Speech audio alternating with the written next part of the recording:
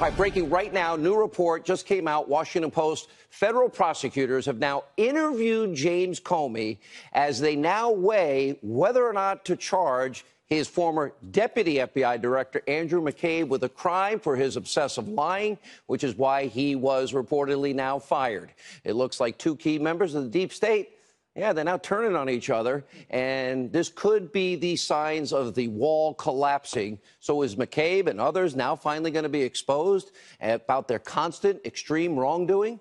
I've said many times on this show, starting in January, this is the year of the boomerang. We'll give you all the breaking developments. And also tonight, according to reports, the disgraced former deputy FBI director McCabe, who, as we said, was fired because of his pattern of blatant lying, he wrote a personal, confidential memo detailing his so-called concerns over the president's decision to fire his former boss and personal friend.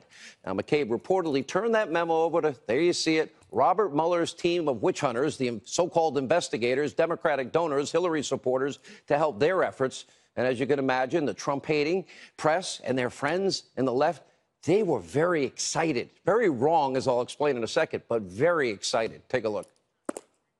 Now we find out that the president wanted to fire Comey on the grounds that he was concerned about the aggressive Russian probe. In other words, he did it to protect himself, to obstruct justice. This is clearly, it seems to me, close to the smoking gun of obstruction. We have enough information about this president and his attempts to control Rosenstein and Jeff Sessions, and to literally have them protect him from this investigation. I think it is clear that he's obstructed justice. The question about the president and Comey's firing has always been, what did it mean about the Russian investigation? Rod Rosenstein is one of the people that Donald Trump has been hammering, that he doesn't trust him and all the such. But if Rosenstein really did try to give him a cover story to fire Comey, I wonder why. I mean, talk about repaying a favor. I'm just saying that's pretty amazing how this is all turning out. Pretty amazing how dumb my so-called colleagues in this industry are. You know what? It's not a real news story. More lies, more hysteria, more breathless reporting of so-called news. And while McCabe expressed concerns about Trump using a cover story to fire Comey, okay, here's what they're not telling you. The president had the full authority to fire Comey for any reason. He didn't need a cover story at all. Remember, even Comey himself said the president had the right to fire him for any reason. That's fake news. That's hysteria. That's outright lying to you, the American people. Now, this comes after our own Adam Housley reported that McCabe allegedly threatened to take others down with him if he was fired. Get it? They're now turning on each other? Now, in reality, this McCabe memo provides literally no evidence that the president did anything wrong. Instead, the memo does reveal something else. According to the document, the Deputy Attorney General, Rod Rosenstein, I've been warning you to keep that name in your head. He told McCabe about conversations he had with the president surrounding the FBI's Russia investigation and the firing of Comey. Now, this means Rod Rosenstein, again, is obviously a witness to the special counsel's investigation. Witness number one, this very investigation he's overseeing. He's even more compromised than we thought tonight. So how is it possible, again, the Attorney General, Jeff Sessions, recused himself over so-called possible conflicts of interest, citing the wrong law and statute in doing so, but Rod Rosenstein, he's not conflicted? Remember, he also signed that final FISA warrant. He put his signature on it. And that was with the bought and paid for Hillary Clinton dossier, Russian propaganda, a foreign agent literally using Russian lies. Yeah, to lie to you, the American people. Just one more wrinkle to Mueller's completely flawed, fraudulent witch hunt. It needs to end. Look at what this is doing to this country.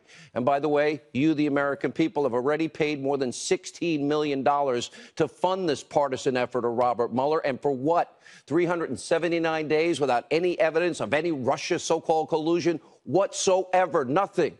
And also breaking tonight, we're peeling back even more layers of this deep state. John Solomon will join us tonight. Brand new information, details on serious and shocking abuse of power. You will be here in moments to preview this upcoming bombshell report, which reveals that in 2016, the Obama administration pressured the FBI to ramp up their spying operations against the Trump campaign and the Trump administration. A massive exclusive. Stay with us. Also, yesterday in the Washington Examiner, Byron York highlighted the 2017 congressional testimony from Fusion GPS founder Glenn Simpson. He told members of the Senate Judiciary Committee that, quote, the FBI had a human source inside the Trump campaign. Okay, that was way back in 2017. Don't forget last week, former CIA director turned CNN hack, director of national intelligence, James Clapper, actually said that Trump should be so happy that the FBI was spying on his campaign. Really? Oh, United States of America or Venezuela? Take a look. So I ask you, was the FBI spying on Trump's campaign? No, they were not. They were spying on a term I don't particularly like, but on what the Russians were doing, trying to understand, were the Russians infiltrating, trying to gain access, trying to gain leverage and influence. So why doesn't he like what they do? So why doesn't he like that? He should be happy that. Well, he should be. Why didn't you go to him in the spring of 2016 and say, hey, there's this guy that you never met that we're watching? He would have helped you. Remember, the most exculpatory evidence in the Comey memo was, I didn't do this, but if anyone around me did, I want the world to know. So it's crystal clear that the Trump campaign, yes, was spied on, was monitored, was closely observed by the deep state, which was hell-bent on making sure Donald Trump never became the president. A major abuse of power. It's all unraveling. Now, meanwhile, Clapper, who you just heard from, he's now actually in a really twisted, distorted way, blaming Republicans for obstructing federal efforts to warn the American people about the Russian election interference in 2016. Remember the Nunes Washington Examiner piece 2014? He warned us way ahead of you. Take a look. There was concern on the part of the president himself because of the allegations of rigging, which the candidate Trump was then espousing, that anything that the president did would be viewed as political, and he would be putting his hand on the scale in favor of one candidate to the disfavor of the other. So I think Ben's exactly right, and my book comports with his account. Yeah, he says, but not for Mitch McConnell, the Senate Majority Leader. Perhaps there would have been more said. Did Mitch McConnell stand in the way? Well, the Republicans in general did. We encountered reluctance on their part to enter into a very aggressive statement about the Russian.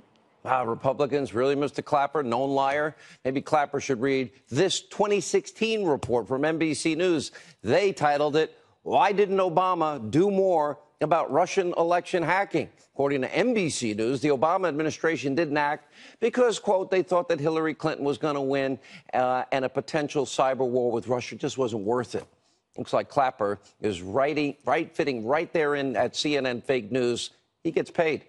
And, of course, while Clapper, everyone else in the deep state tries to drag this president down, the president has been up to serious business to actually attend to on the world stage. You know, important things like peace, the upcoming talks with the North Korean dictator, little rocket man Kim Jong-un. Well, last night, the Secretary of State, Mike Pompeo, held a productive meeting with the high-ranking member of the North Korean regime, first time in 18 years on U.S. soil. And this is what Pompeo had to say earlier today. Today, Vice Chairman Kim and I discussed how our countries could come together and take advantage of the unique opportunity that our two leaders have created through their visions of the future that they have so clearly articulated. The proposed summit offers a historic opening for President Trump and Chairman Kim to boldly lead the United States and the DPRK into a new era of peace, prosperity, and security.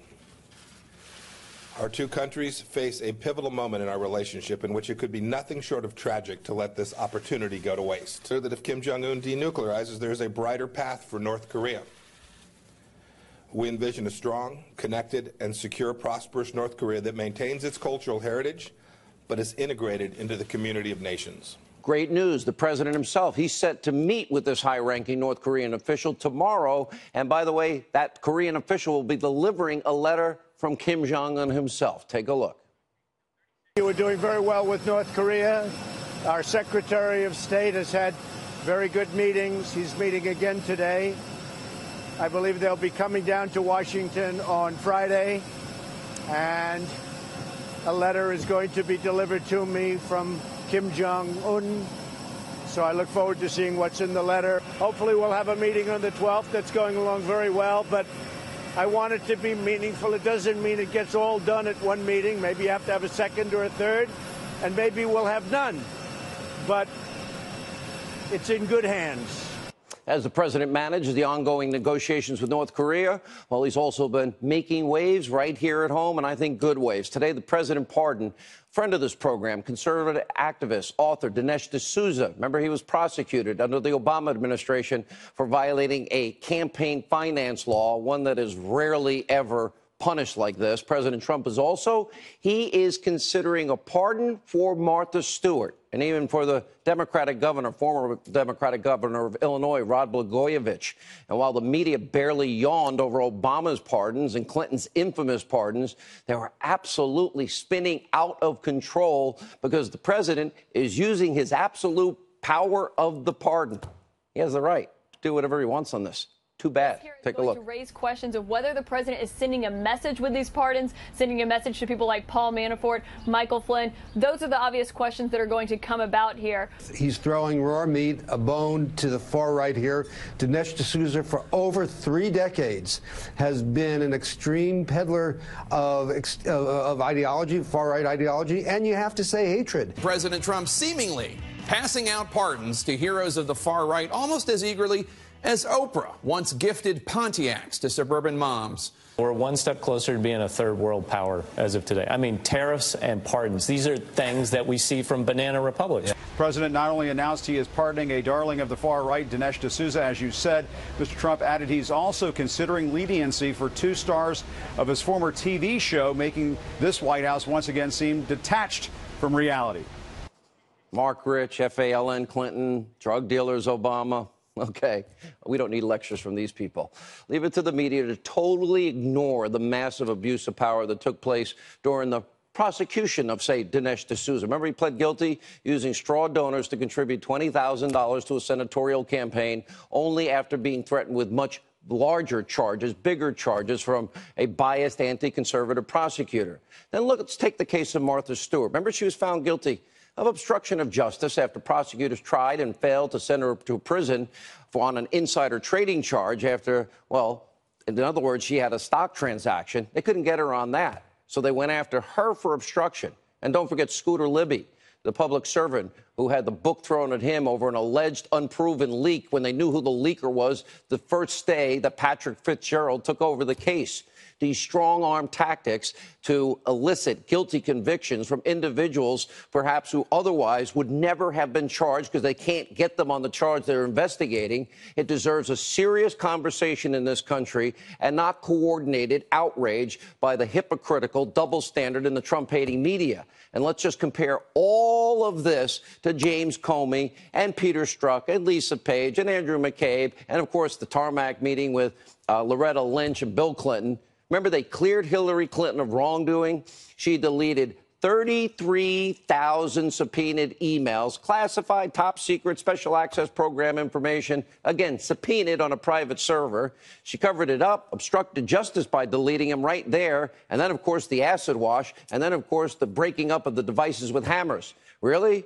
I say free Martha Stewart. Give her the pardon. And compared to former Clinton National Security Advisor, remember Sandy, the burglar, Berger? He stole classified documents from the National Archives. He stuck them in his pants and in his socks. He never got charged with a crime. Can you say a 2-tier justice system? What happened to equal justice under the law? What happened to equal application of the law? What happened to our constitutional rights that we're all equal in this country? Finally tonight, a story from a so-called comedian named Samantha Bee. Listen to what Bee had to say about Ivanka Trump. It'll make you puke, but look anyway. It was on TBS last night.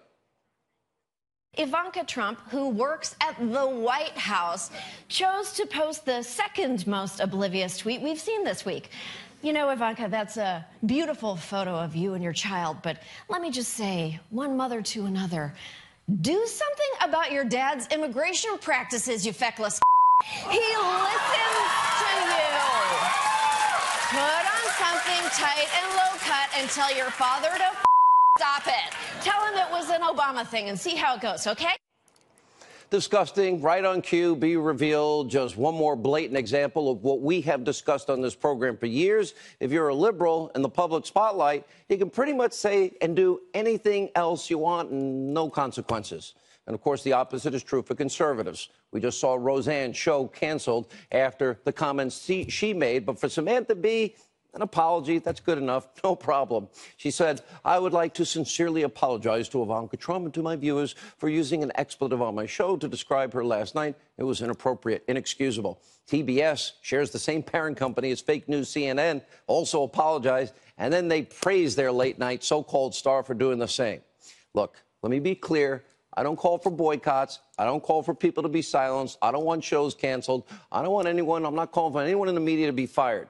If you think Samantha Bee is an untalented, not funny, bitter, partisan, mindless hack like I do, you have the power. Turn the channel. You don't have to watch her hateful show. Sadly, just one more example of what is a blatant double standard in America. Republicans, conservatives sent to the chopping block, and those on the left, they're given a pass.